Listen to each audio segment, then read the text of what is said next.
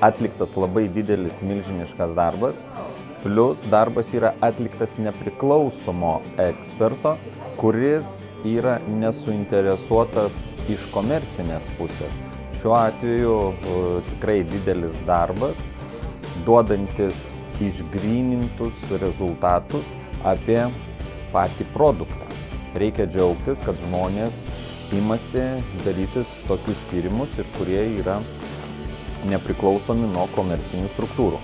Gydytojo Dainiaus Karpavičiaus paskaita paliko gerą įspūdį, kadangi tai yra koncentruota informacija apie privalumus vienų implantų prieš kitus, neakcentuojant, kad jie kaip ir konfliktuojantys, tiesiog parodyta tam tikri privalumai, galbūt kurių mažiau akcentuoja ir tiesiog žino kiti praktikuojantys gydytojai. Manau, vienas iš esminių dalykų, kad tai yra didelė praktika ir patirtis šito gydytojo, kuri byloja jo sukaupta medžiaga ir informacija, kurią jisai pateikė.